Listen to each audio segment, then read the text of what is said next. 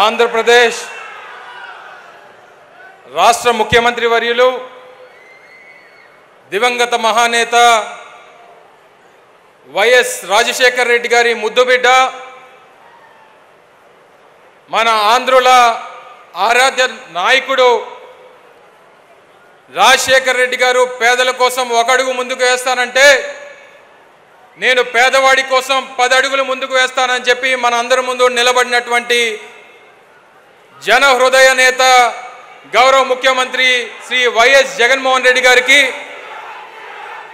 వేదిక మీద ఉన్నటువంటి సహచర మంత్రివర్యులకు ప్రజాప్రతినిధులకు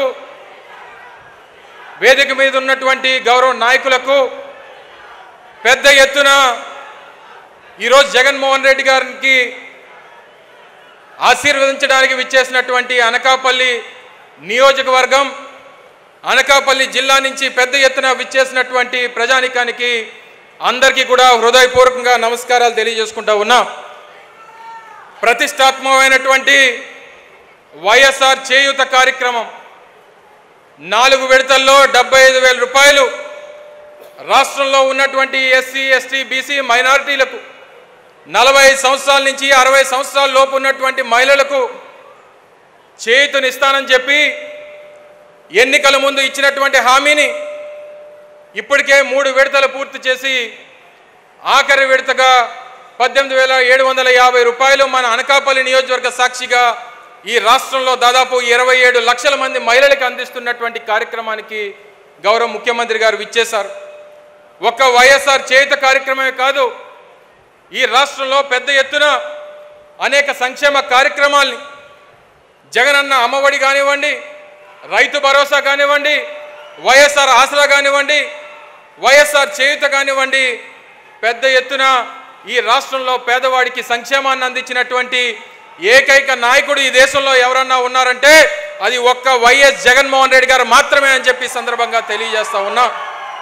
బహుశా నాకు తెలిసి స్వతంత్రం వచ్చిన తర్వాత ఈ 75 సంవత్సరాల స్వతంత్ర భారతదేశంలో ఒక్క రాష్ట్రంలోనే 5 సంవత్సరాల కాలంలో ఒక నాయకుడు పేదవాడి కోసం 2,77,000 కోట్ల రూపాయలు సంక్షేమాన్ని అందించినటువంటి నాయకుడు బహుశా నాకు తెలిసి దేశంలోనే కాదు ప్రపంచంలో కూడా ఎక్కడా ఉండడు, ఒక్క జగన్మోహన్ రెడ్డి గారు తప్పితే అనేటువంటి విషయాన్ని ఈ సందర్భంగా తెలియజేస్తా ఉన్నా.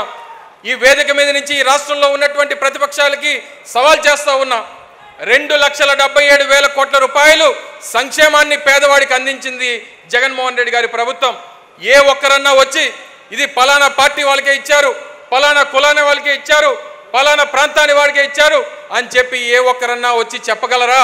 లేదా ఈ 2,77,000 కోట్ల రూపాయల్లో ఒక్క రూపాయన్నా అవినీతి జరిగింది అని చెప్పి చెప్పగలరా అని చెప్పి ఈ సభ నుంచి ఈ రాష్ట్రంలో ఉన్నటువంటి ప్రతిపక్షాలకి సవాల్ చేస్తా ఉన్నా అని చెప్పి సందర్భంగా తెలియజేస్తా ఉన్నా.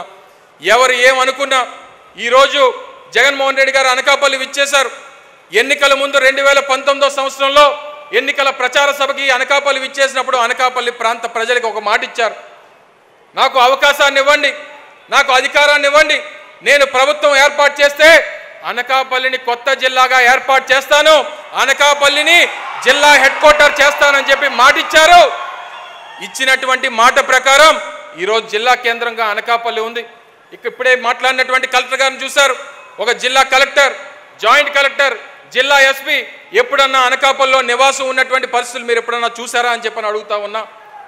పరిపాలనని అంత దగ్గరికి తీసుకొని వచ్చారు, పరిపాలన వికేంద్రీకరణ చేశారు, ప్రజలకు అందుబాటులోకి పరిపాలన తీసుకొని వచ్చారు, వాలంటీర్ వ్యవస్థను తీసుకొని వచ్చారు, సచివాలయ వ్యవస్థను తీసుకొని వచ్చి ఈ రాష్ట్రమే కాదు ఈ దేశం కూడా మన రాష్ట్రం వైపు చూసేటువంటి విధంగా చేసినటువంటి నాయకుడు జగన్మోహన్ రెడ్డి గారు అని చెప్పి సందర్భంగా తెలియజేస్తా ఉన్నా.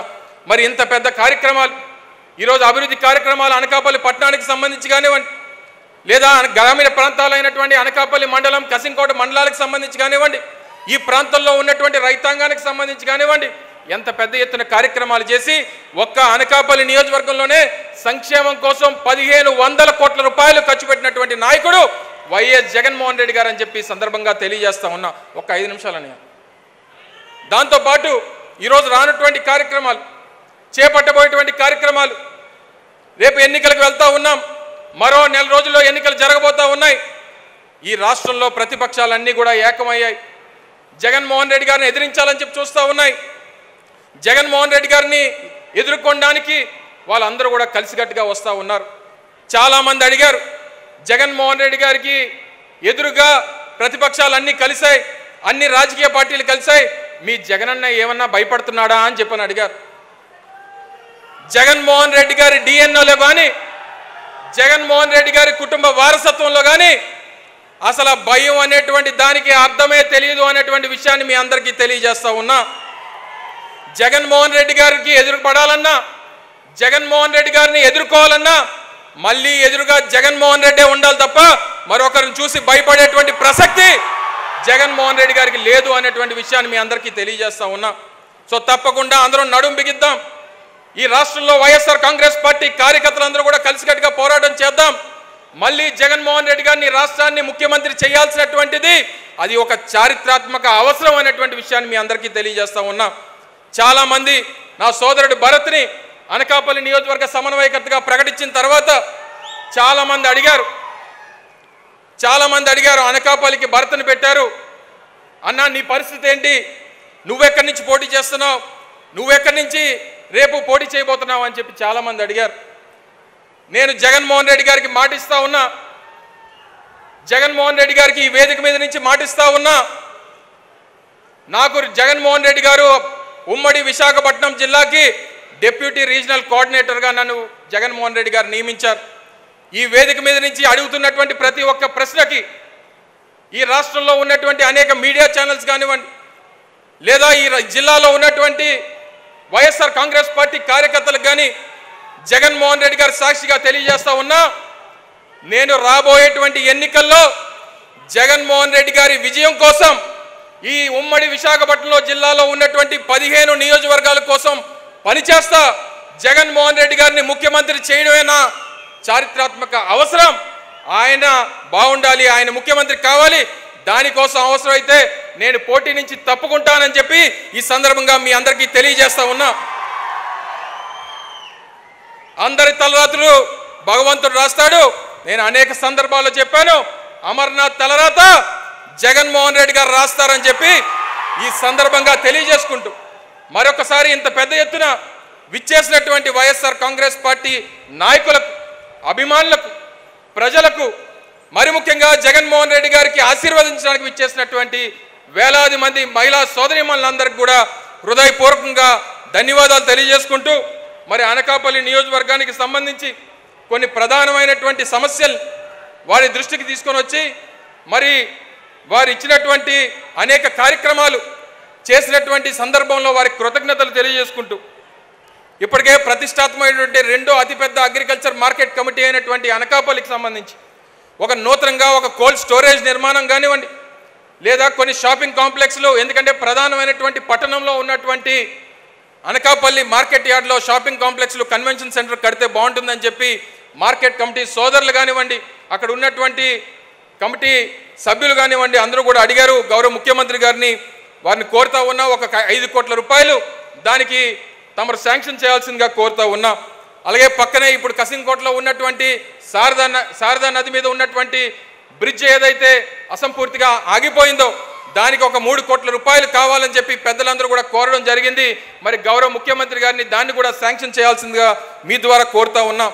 అలాగే రేబాక నుంచి కొప్పాక వరకు డబుల్ రోడ్ చేస్తే ఇప్పటికే అనకాపల్లికి సంబంధించినటువంటి కలెక్టరేట్ కానివ్వండి, ఆ ప్రాంతం కానీ అభివృద్ధి చెందడానికి ఉపయోగపడుతుంది. దానికి ఒక 3 కోట్ల రూపాయలు కూడా వెచ్చించాలని చెప్పి కోరుతా ఉన్నా. 2 ప్రధానమైనటువంటి రహదారులు అనకాపల్లికి సంబంధించి ఏదైతే బౌలువాడ నుంచి తుంపాల వరకు వెళ్ళేటువంటి రోడ్డు, అలాగే తుంపాల నుంచి బొజ్జన్నకొండకు వెళ్ళేటువంటి రోడ్డుకి సంబంధించి ఒక 4 కోట్ల రూపాయలు వెచ్చించాలని చెప్పి గౌరవ ముఖ్యమంత్రి గారిని కోరుతా ఉన్నా. అలాగే ఇక్కడే పక్కనే కసింకోటలో జగనన్న కాలనీలు నిర్మాణం చేశాం. 800 ఇళ్ళు నిర్మించినటువంటి ఆ కాలనీకి శారదా నది ఒడ్డున ఉన్నటువంటి ఆ కాలనీకి రీటైనింగ్ వాల్ కూడా ఒక 6 కోట్ల రూపాయలు ఖర్చు అవుతుందని చెప్పి పెద్దలందరూ కూడా కోరడం జరిగింది. మరి ఈ వేదిక మీద నుంచి గౌరవ ముఖ్యమంత్రి గారిని వాటిని శాంక్షన్ చేయాల్సిందిగా, ఇంకా రానటువంటి కాలంలో మళ్ళీ ఎన్నికలై మళ్ళీ గౌరవ ముఖ్యమంత్రి గారు మళ్ళీ ముఖ్యమంత్రిగా అనకాపల్లి వచ్చినప్పుడు మరిన్ని హామీలు వారిని అడిగి నెరవేర్చుకునేటువంటి కార్యక్రమం చేద్దామని చెప్పి ఈ సందర్భంగా తెలియజేసుకుంటూ అవకాశం ఇచ్చినటువంటి పెద్దలందరూ కూడా హృదయపూర్వకంగా ధన్యవాదాలు తెలియజేసుకుంటూ నాకు ఈ స్థాయినిచ్చి ఇంత భవిష్యత్తునిచ్చి ఇంత హోదానిచ్చినటువంటి గౌరవ ముఖ్యమంత్రి జగన్మోహన్ రెడ్డి గారికి జీవితాంతం రుణపడి ఉంటానని చెప్పి తెలియజేసుకుంటూ పాదాభివందనం చేసుకుంటూ సెలవు తీసుకుంటా ఉన్నా. జై హింద్, జై జగన్.